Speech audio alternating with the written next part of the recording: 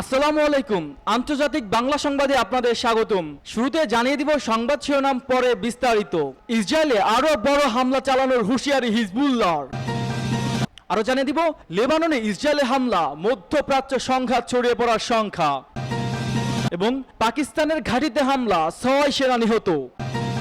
আরো জানিয়ে দিব ট্রাম্পের উপর বারবার হামলা নির্বাচনে কেমন প্রভাব ফেলবে এবং সবশেষ জানিয়ে দিব প্রেসিডেন্টকে ক্ষমতাচ্যুত করার পর শ্রীলঙ্কায় প্রথম ভোট হচ্ছে আজ।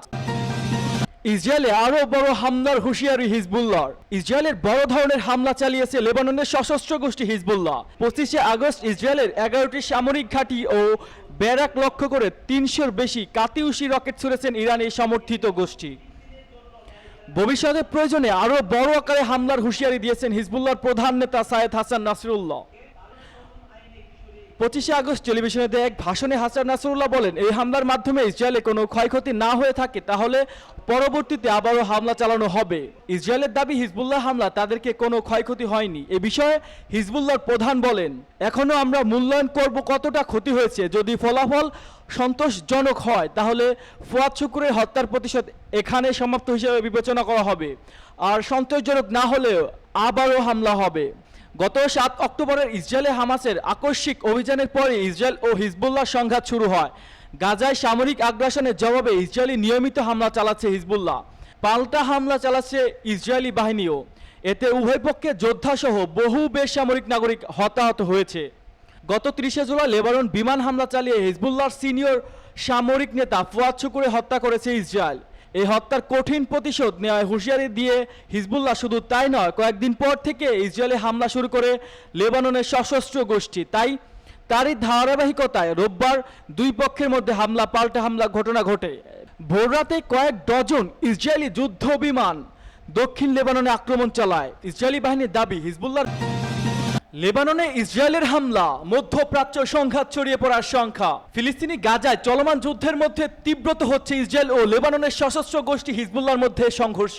লেবানন জুড়ে ইলেকট্রিক ডিভাইসে বিস্ফোরণের ঘটনার পর ইসরায়েলকে সাজা দেওয়ার হুমকি দিয়েছে হিজবুল্লাহ নেতা হাসান নাসরুল্লাহ। এই হুমকির দিনই গোষ্ঠীটির উপর সাম্প্রতিক সময়ে সবচেয়ে বড় হামলা চালিয়েছে ইসরায়েল। এতে যে কোনো সময় মধ্যপ্রাচ্য অঞ্চলে চরম সংঘাত ছড়িয়ে পড়ার আশঙ্কা দেখা দিয়েছে। গত বছরের অক্টোবরে গাজা যুদ্ধের পর থেকে নিয়মিত পাল্টাপাল্টি হামলা চালিয়ে যাচ্ছিল ইসরায়েলি ও হিজবুল্লাহ। এর মধ্যে গত মঙ্গলবার ও বুধবার লেবানন জুড়ে পেজার, ওয়াকিটকি সহ বিভিন্ন ইলেকট্রিক ডিভাইস বিস্ফোরণের ঘটনা ঘটে। এতে হিজবুল্লাহ সহ সদস্য 7 জন নিহত হন, আহত হন 3000-এর বেশি মানুষ। এরপর গত বৃহস্পতিবার হাসান নাসরুল্লাহ বলেন, ডিভাইসে বিস্ফোরণের ঘটনার মধ্য দিয়ে সব চরম সীমা অতিক্রম করেছে ইসরায়েল, এর সাজা দেওয়া হবে। এদিকে বৃহস্পতিবার হিজবুল্লাহ প্রায় 100টি রকেট উৎক্ষেপণের ব্যবস্থা করে নতুন হামলা চালানোর কথা জানিয়েছে ইসরায়েলের সামরিক বাহিনী। হামলার বিষয়টি নিশ্চিত করে লেবাননের রাষ্ট্রীয় বার্তা সংস্থা ন্যাশনাল নিউজ এজেন্সি জানিয়েছে, বৃহস্পতিবার সকালে দেশটির দক্ষিণাঞ্চলে অন্তত 52টি হামলা চালিয়েছে ইসরায়েল। এর আগে উত্তর ইসরায়েলে দেশটির সামরিক স্থাপনাগুলোতে অন্তত 17টি হামলা চালানোর কথা জানায় হিজবুল্লাহ। লেবাননের নিরাপত্তা সংশ্লিষ্ট বিভিন্ন সূত্র জানিয়েছে, ইসরায়েলের হামলা দেশটির 4 জন আহত হয়েছেন, তবে তাদের মধ্যে কেউ হিজবুল্লাহ সদস্য কিনা তা তাৎক্ষণিকভাবে স্পষ্ট করা হয়নি। এদিকে গতকাল শুক্রবার দক্ষিণ লেবাননের অন্তত 3টি গ্রামে হামলা চালিয়েছে ইসরায়েল। হিজবুল্লাহ পরিচালিত আল মানার টেলিভিশনে সম্প্রচারিত ভিডিওতে দেখা গেছে, গতকাল একটি হামলার পর ঘটনাস্থল থেকে ধোঁয়া উঠছে। পাকিস্তানের ঘাঁটিতে হামলা, 6 সেনা নিহত। পাকিস্তানের উত্তর পশ্চিমাঞ্চলে বেশ কিছুদিন ধরে কথিত জঙ্গি গোষ্ঠীর তৎপরতা বাড়ছিল। সেই ধারাবাহিকতা এবার জঙ্গি হামলা হয়েছে দেশটির দক্ষিণ ওয়াজিরিস্তান জেলার একটি নিরাপত্তা ঘাঁটিতে। এতে নিহত হয়েছেন অন্তত 6 সেনা সদস্য। 19শে সেপ্টেম্বর গভীর রাতে সেনাঘাঁটি জঙ্গিরা গুলি শুরু করলে পাল্টা আক্রমণ চালায় সেনা সদস্যরা। এতে সেনাবাহিনীর গুলিতে 5 জঙ্গি নিহত হয়েছেন বলে বিবৃতিতে নিশ্চিত করেছেন পাকিস্তানের সেনাবাহিনী। সেনা ঘাঁটিতে হামলার দায় স্বীকার করেছেন তেহরিক ই পাকিস্তান টিটিপি নামে সশস্ত্র সংগঠনটি। আফগানিস্তান পাকিস্তান সীমান্তে 2 দিনের ব্যবধানে এটি দ্বিতীয় হামলা। উল্লেখ্য, পাকিস্তানের উত্তর পশ্চিমাঞ্চলে বেশ কিছুদিন ধরে কথিত এই জঙ্গি গোষ্ঠীর তৎপরতা বেড়েছে। পাশাপাশি দেশটির দক্ষিণাঞ্চলে জাতিগত বিচ্ছিন্নবাদীদের সক্রিয়তাও বৃদ্ধি পাচ্ছে। এর আগে উত্তর ওয়াজিস্তানের সেনাবাহিনীর গুলিতে 7 জন জঙ্গির মৃত্যু হয়।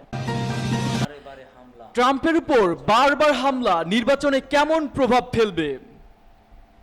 হত্যাচেষ্টা প্রেসিডেন্ট নির্বাচনে লড়াইকে কি বদলে দেয়, এমন প্রশ্নে উত্তর খুঁজছেন যুক্তরাষ্ট্রের ভোটাররা। 2 মাসের ব্যবধানে রিপাবলিকান প্রার্থী ডোনাল্ড ট্রাম্পকে 2বার হত্যার চেষ্টা চলছে। আগামী 5 নভেম্বর অনুষ্ঠিত হতে যাচ্ছে মার্কিন প্রেসিডেন্ট নির্বাচন সামনে রেখে জোরসোরো হচ্ছে প্রচার চালানো হচ্ছে ট্রাম্প। এর মধ্যে গত রোববার অপ্রত্যাশিত দুর্ঘটনার মুখে পড়েন ট্রাম্প। যুক্তরাষ্ট্রের কেন্দ্রীয় গোয়েন্দা সংস্থা এফবিআই বলছে ট্রাম্পকে হত্যা চেষ্টা হিসাবে ঘটনা তদন্ত করছে তারা।